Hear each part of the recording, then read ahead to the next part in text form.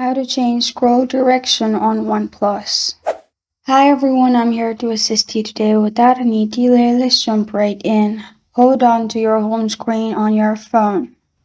Then click on Home Setting at the bottom right corner of your screen.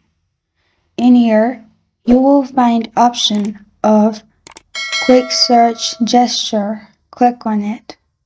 After you click on Quick Search Gesture, there are two options, swipe up and hold or swipe up. There's no option for scroll direction. So what you can do is click on Launcher Layout. After you're in Launcher Layout, you'll find two options, Home Screen and Drawer and Home Screen Only. Now, if you want to scroll upwards, make sure it's Home Screen and Drawer.